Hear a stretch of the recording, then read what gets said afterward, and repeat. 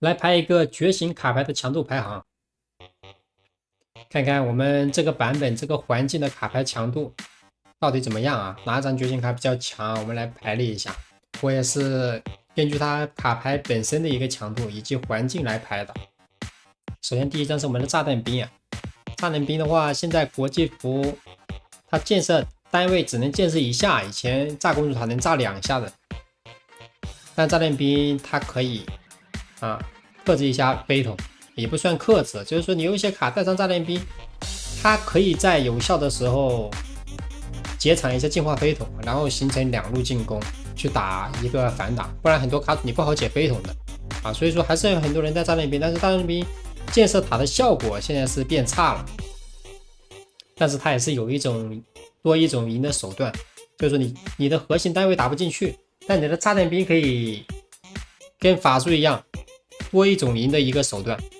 比如说你的核心打不进去啊，你可以用法术，核心跟法术都拼不过对面，那么这个炸弹兵就有一定的效果了。那强度的话，我感觉没有那么强，因为毕竟已经被削弱了，没削弱的时候应该是20级的评级，但是被削弱了的话还是不太行了。以前是一下能炸死炸弹兵啊，非常的不好防，现在的话好防很多了。然后是小骷髅啊，小骷髅可能看上去不太强，但是他在觉醒卡的地位里面是非常高的啊，能输出，能防守，而且还能逼对面的法术。主要是小骷髅这张卡它本身就很有操作的空间啊，所以它强啊。它不觉醒也强，觉醒了的话只能说是锦上添花了。然后配合冰豆子啊，冰豆子我也觉得是20级的评级啊，防守一些推进的牌非常的厉害。就比如说你的卡牌里面防一些什么石头人啊、天狗啊，好像不太好防，但是带了一个冰豆子的话，那可以说是随便防啊。对面每一波非常强的一轮进攻啊，你刚好净化冰豆子，刚好一波给他防住啊，然后去换路，留剩一个冰豆子在手里也是非常舒服的。蝙蝠的话就感觉没有那么强了啊，因为蝙蝠有点怕小电跟剑雨啊，这个版本的小电跟剑雨太多了。当然也是说小电跟剑雨，那个剑雨比较多，小电倒是没那么多。剑雨多的话，小骷髅跟冰豆子也是非常强的，因为你剑雨少小骷髅跟冰豆子是比较亏的。蝙蝠我们给它一个 C 位啊 ，C 位也算是有人用，但是它没有强度，就能跟人家换费。小电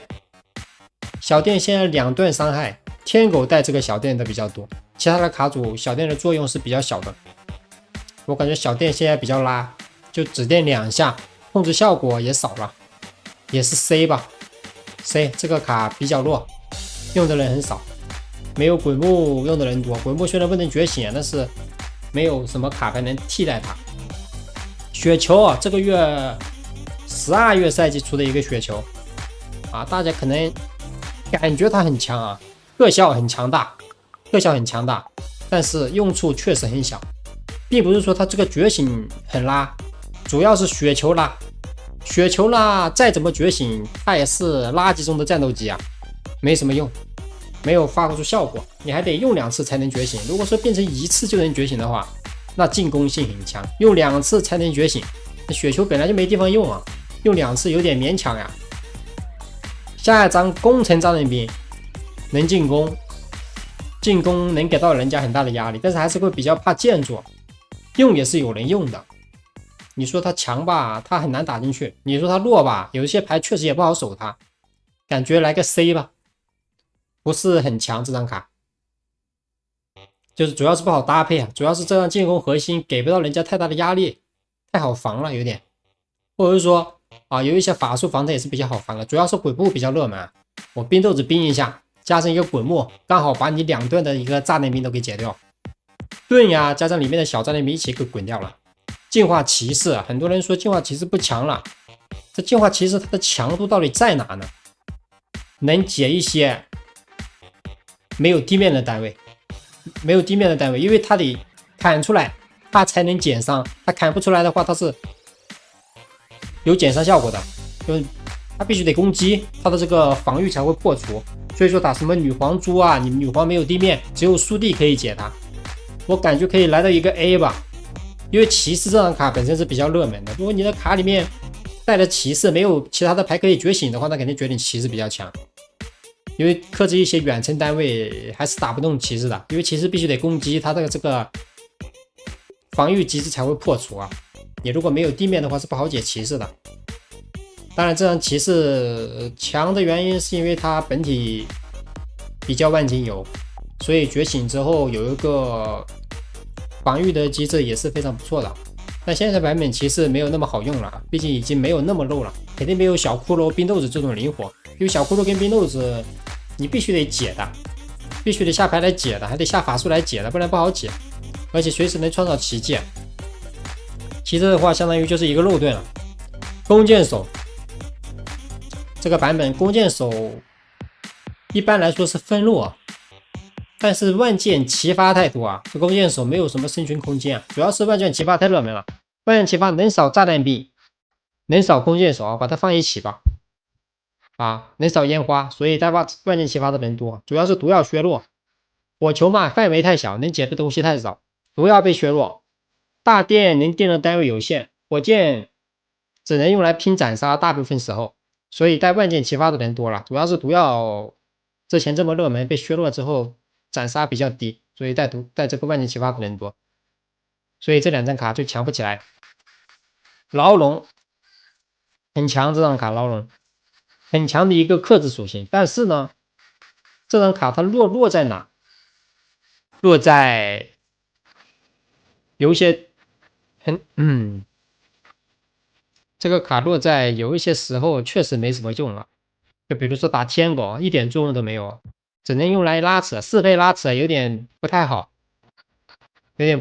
或者是打一些空军啊，这个肌肉哥布林反打的能力也是比较弱的，但是强度还是有的，我感觉在一个 B 级吧，B 级可以的。下一张哥布林钻机啊，非常的弱，非常的弱。觉醒钻机没有出土伤害之后是非常好解的，但是打一些空军有没有出土伤害，他用空军防的话是无所谓的。但是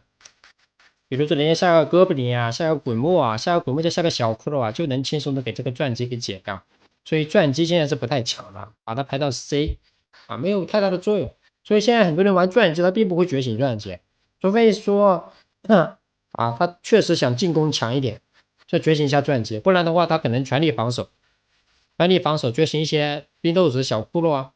或者是炸弹兵。炸弹兵现在也不强，所以说这个钻机也是非常的弱，没有什么东西可以搭它。所以把它放在 C 啊，没有什么进攻的强力的组合，它的组合变弱了，它自己本身也变弱了。黄毛的话，把它放在 B 级啊，黄毛防守能力还是相当强的，只不过说他可能没有那么多机会用很容易吃火球，普通的那一轮很容易吃火球，进化了这一轮倒是能扛住火球的一发伤害，但是费用有点高，可能因为炸弹兵多，在炸弹兵多，觉醒小骷髅兵豆子多，人家过法术很快，所以这个黄毛的话，你如果遇到对面有什么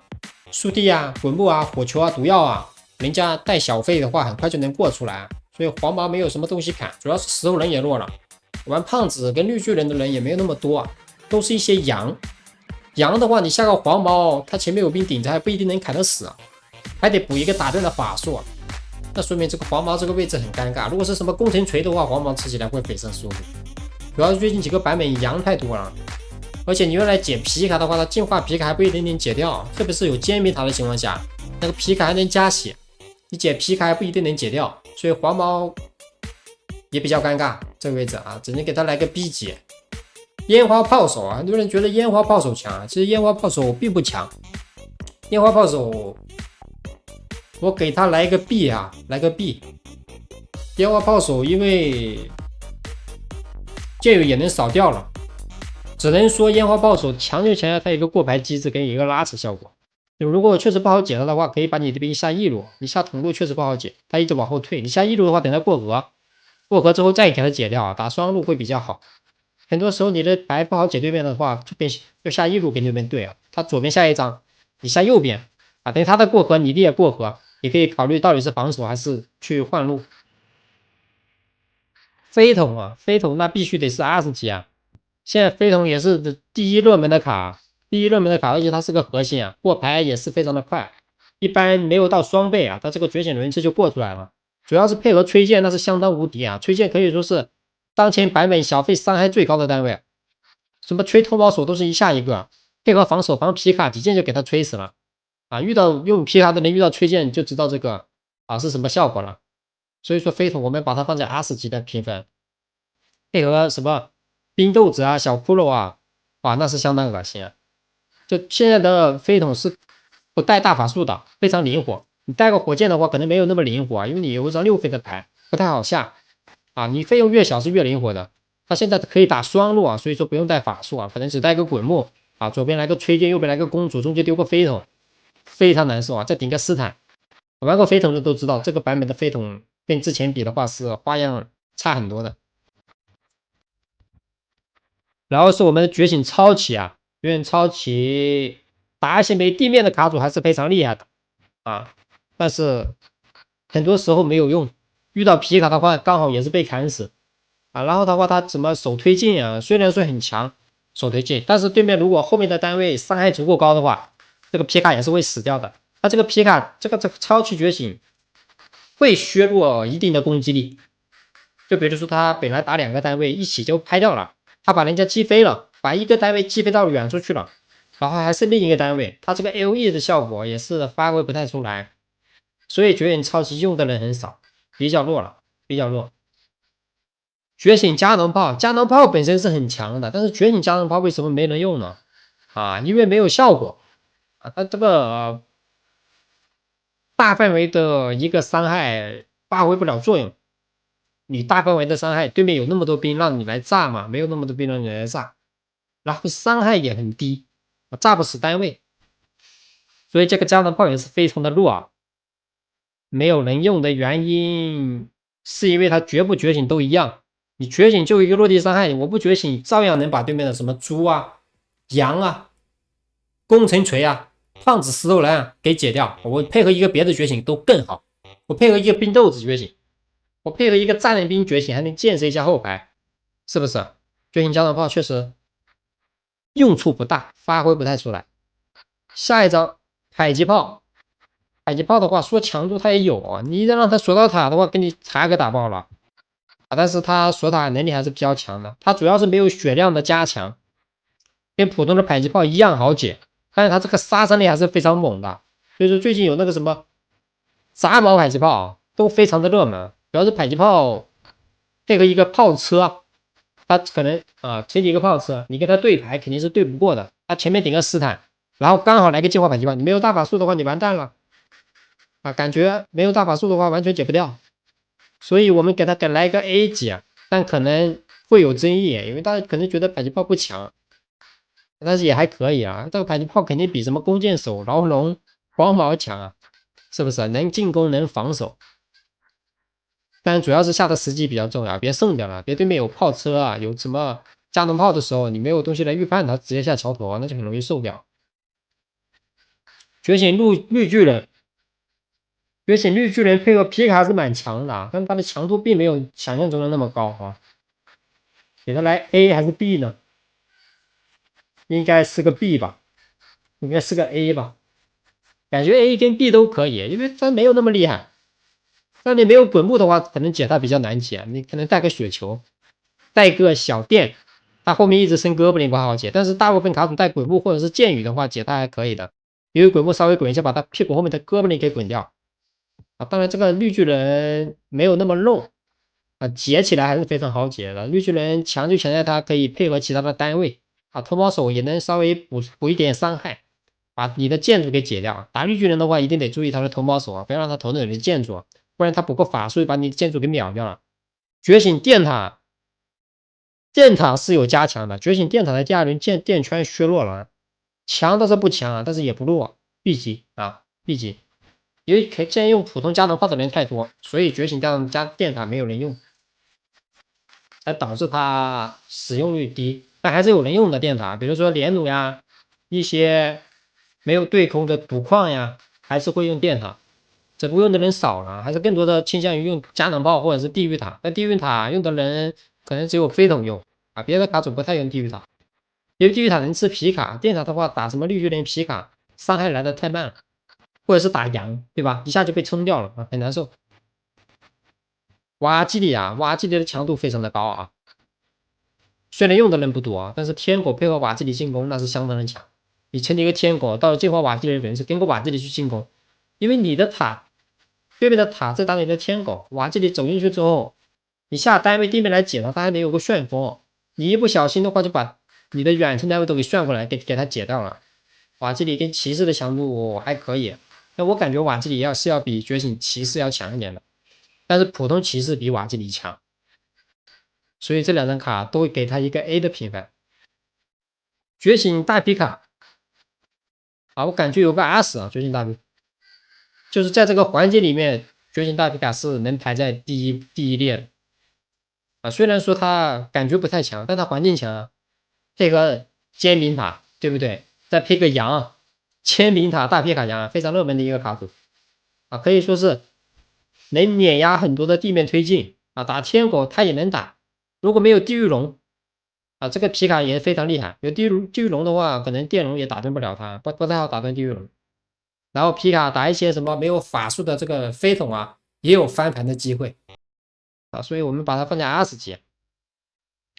家居的话，家居觉醒的话也有个 A，我觉得也有个 A。虽然说你可能说它觉醒就是一个地面暴力伤害，没有太大的作用，但是还是有用。你家居很多时候对面什么觉醒小骷髅啊、哥布林防你，你可能得预判滚木的，对不对？对面如果防预判，就是说你的家居走到桥头，你这个滚木得早点丢啊，因为他这个解你的话，肯定是你没有攻击到建筑的时候就开始解你了，等你攻击到建筑你就快死了，所以说你得早点预判掉，把对面的什么地面杂毛给预判掉，然后他能攻击到建筑的时候，他会有一个地面的地震效果啊，对面的杂毛就不太好下了，像他们他有什么小骷髅啊、盾牌啊、哥布林啊、团舞啊、骷髅海啊，他都下不了了，他都不太好下了，所以家具能开到炮，或者是说他下骑士幽灵，幽灵以前震不开啊，现在最近几个版本不知道是有 bug 还是怎么样，幽灵也能震开了，所以这也是家居强的一个地方。所以说你玩家居卡组的话，最好还是觉醒一下家居，不觉醒家居，很多时候会被对面的小杂毛给解掉。火枪手没有什么用武的空间，火枪手啊 B 级，火枪手一般是比较克制大倍的啊，我下个加农炮，下个火枪手在远处啊，形成一个3个点的一个防守啊，前面可能再补一个地面来防守啊，前面骑士啊，后面火枪手，左后火枪手，右后的话加农炮啊，对面的法术也是不好交，他只能解你一个牌，这个时候你再下一个什么核心去换路，对面要交法术的话守不住你的核心，对面要守你的核心的话交不出法术，他就会非常的被动，那就会导致啊这一波进攻一点血没打到，还被你的核心给打到塔了啊！但是火枪手觉醒火枪手打一些单位很难打得到，就比如是对面下个斯坦，是不是很克制觉醒火枪手？那个子弹全被斯坦给打到了，而且他这个火枪手觉醒的时候要去使用他觉醒的效果，这个时机很难。你飞桶，我随时觉醒丢过去，两路一起进攻，对面得防。我这个皮卡觉醒之后沉底，我这个冰豆子小骷髅觉醒之后啊，可能也不一定有用啊，但是它过得快啊。或者说别的卡，我觉醒炸弹兵啊，觉醒炸弹兵下出来直接炸对面的塔。你火枪手的话觉醒了很尴尬，我下出来我就必须得发3发子弹给对面打掉啊，不打掉的话这3发子弹可能就用不出去了，所以导致他的这个定位不太好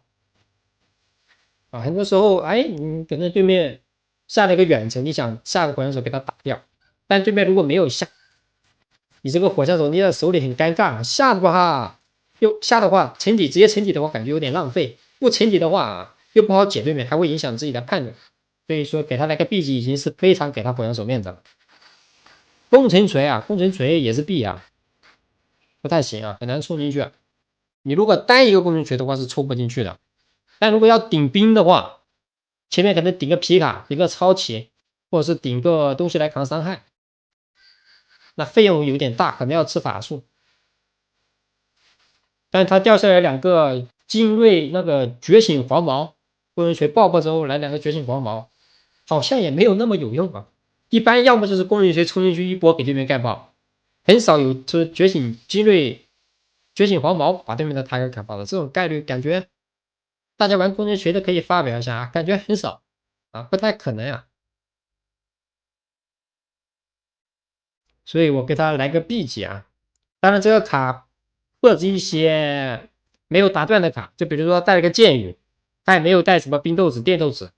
就只带一个剑雨，没有打断，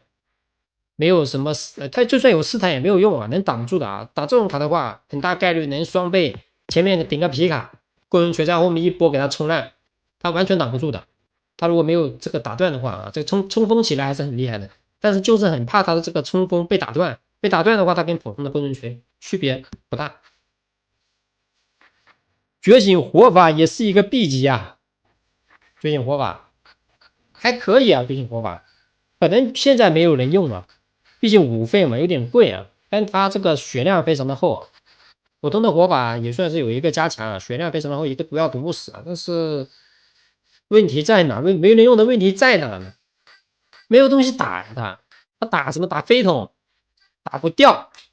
你觉醒活法觉醒出来打飞桶，只能打一个哥布林，还有什么核心？打羊不行，守不住啊！我5费我还得补牌，还得补个打断，补个打断的还不一定够。看看还能守家居啊，守不住。守迫击炮会被预判啊，守迫击炮，对面前面再顶个骑士啊，跟炮车1v1啊，当前版本热门的炮车1v1打不过啊，打不过，打烟花打不着，打皮卡完了被一刀砍死了啊，对面尖顶皮卡还压等他，所以这个活法当前版本不太强，打卫队也不行啊，解一路啊，打卫队还可以，但觉醒卫队还是会冲到他，他这个左边下个5倍，右边只剩5倍啊，压力有点大。卫队的话 A 级评分卫队，看最近卫队为什么那么强啊？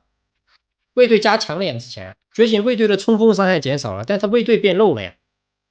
速递以前下个速递出来一个卫队只能打1下塔，卫队加强血量之后能打2下塔，2下很痛的，黄毛才只能砍1刀，卫队落地能砍2下塔，很痛。而且你前几个卫队现在没有特别好解的牌啊，或者说他前几卫队配一个飞桶啊，2路一起进攻，哇，太难受了。他后面再跟个崔健在中间再分个团伙，他可能啊在左边乘个炮车，看你下牌再看情况顶卫队，或者是请你卫队，所以卫队强度还是有的啊，但是也没有那么强了，主要是配合飞桶跟炮车跟斯坦比较强，因为你人家请你一个卫队，你滚不滚一下，他开启冲锋状态，他前面再顶个斯坦，完了这根本守不住啊，斯坦那么 low。电龙的话也是 A 级啊，20级暂时轮不到他。电龙我感觉最近几个版本用起来挺强的，感觉这个卡非常适合萌新啊。萌新的话必须得来个电龙啊，控一下场，再练习一下你的飓风，基本上能把大部分的单位都给电死了。但是要注意，这个电龙是会被打断的。这个觉醒电龙如果啊，它本身是只有1道电能在场上的，但是它电第2道电的话，第1道电会消失，但它不电出第2道电，第1道电就不会消失。还有一个原因就是，还有一个这个设定就是，他正在电人家的时候啊，就是1 2 3 4 5 6 7 8 9 10，他如果被小电打断了，那1 2 3 4 5 6 7 8 9 10就没有了，就直接1 2 3被打断的话，就只电3道电，1 2被打断的话就只电2道电，所以他不能连续来回电。如果被打断的话，比如说什么小电打断他，雪球我不知道行不行啊，小电打断他，或者是被斯坦 A 到，但是不太行的，或者说啊，你下了个皮卡跟了个羊，他下电龙，你早点跟斯坦的话，他也是不好防的，因为跟斯坦的话，斯坦能打到他，他也电不出来了。他如果他的电被打断的话，他是会非常非常弱。所以说玩电龙的话，千万不要被打断。你如果想一波防住对面的话，千万不要打断。好，今天的一个